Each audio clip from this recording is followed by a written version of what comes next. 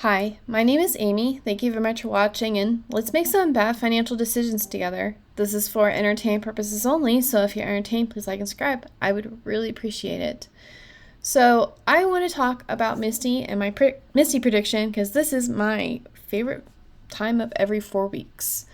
I really like the enthusiasm that the community has around this, and I think it's really fun to do the prediction because it doesn't really matter, and I'm not really held to any kind of standard that I have to be particularly accurate with this. So, first of all, though, let's talk about Bitcoin and the winter because I suspect that we are actually in winter right now, which means that we should expect the implied volatility to be down, which means distributions for Misty will be down.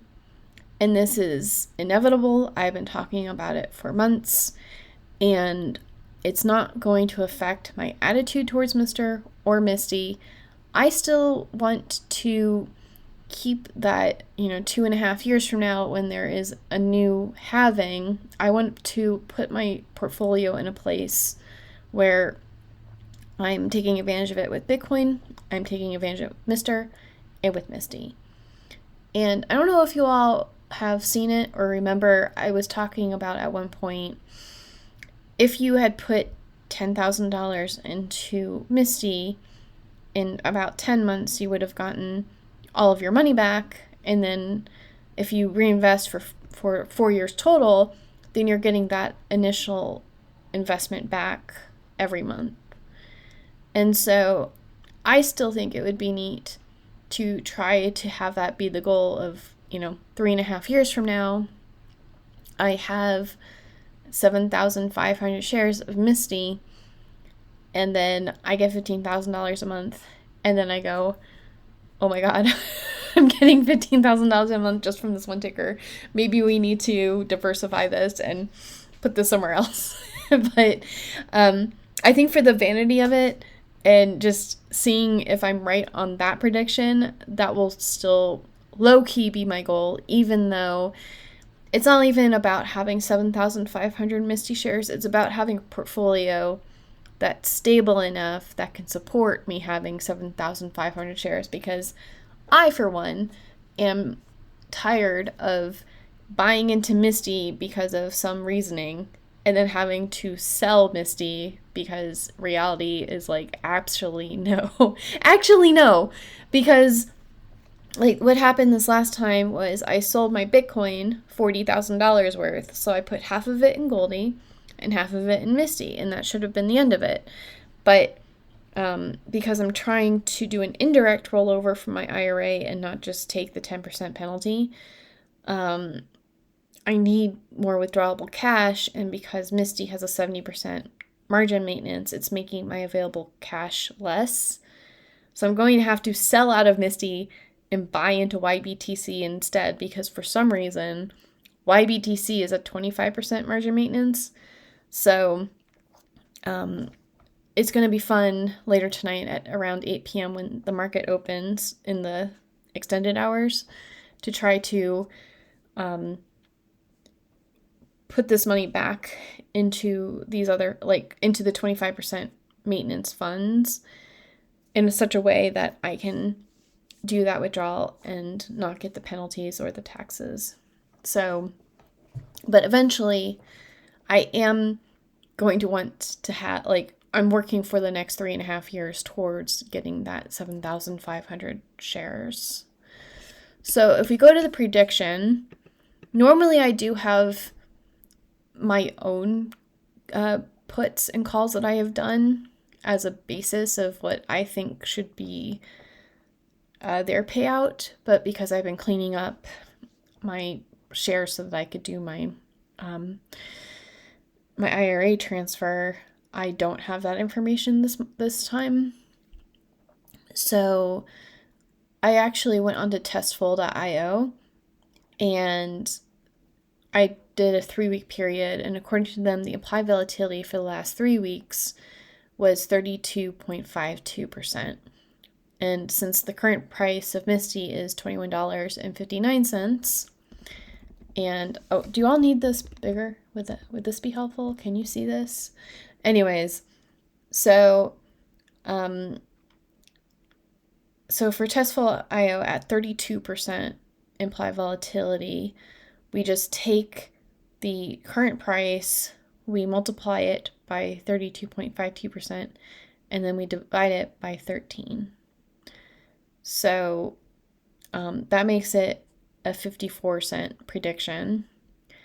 But then I looked at MSTR, and we just look at the one that is expiring in 4 days, and it has a 48.44% implied volatility. So you can update that to 44.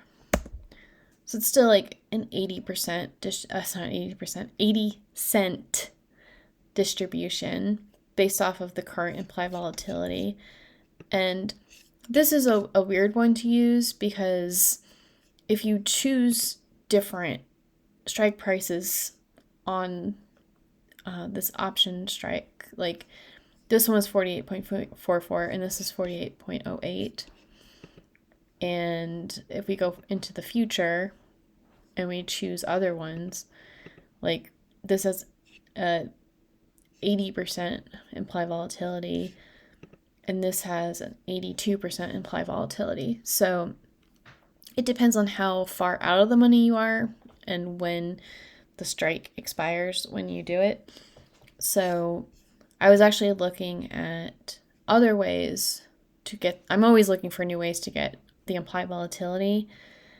So I actually went to Polygon, which is where I get, when I'm automating these tickers, I get the last day's prices from Polygon, and it's free to do that. But because they do have implied volatility here. So I tried to do MSTR as the ticker and do a query run, and it says, I'm not entitled to this data. Please upgrade your plan. And their pricing's kind of steep, honestly. Not gonna lie. So I also don't know how useful the information is that they can provide. So we'll see. Anyways, I've been hearing that from like Reddit that it's been having around a 60% implied volatility, which means that it would be around a 99-cent distribution, and 100%, which we're not getting this time, would be $1.66.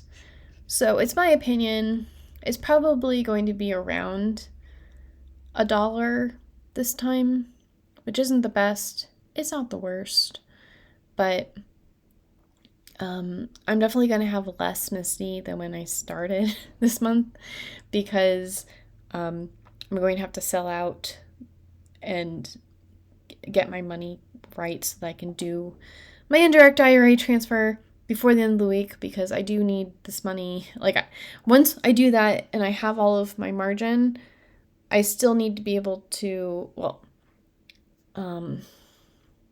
I just stopped myself twice in the middle of a thought. I need to be able to withdraw money into my bank account so I can pay bills. But since I'm starting my work tomorrow, I should get my first pay on July 18th. So I probably won't have to withdraw any money from my portfolio to pay bills. But it would be nice to have the option to pay my bills with this money. So, it's just like all the not knowing and not being able to strategize, because I don't know specifically what taking $100,000 in a margin loan is going to do to my margin buffer. Once I know what my margin buffer is, I can clarify what my overall plan is. But like the Machiavelli, like I would like to have 7,500 shares of MSTY.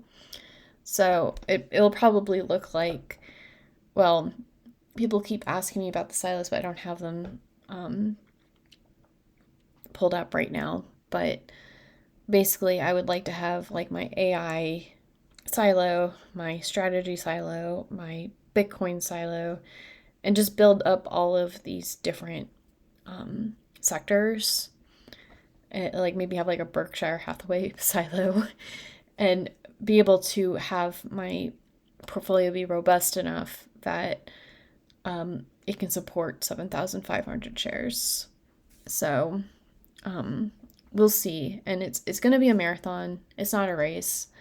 But I don't think that you should be selling out of MSTY. I think that being able to use this time of less implied volatility to acquire more shares so that the next time there is a big run up, you already have MSTY at a good price is a good thing.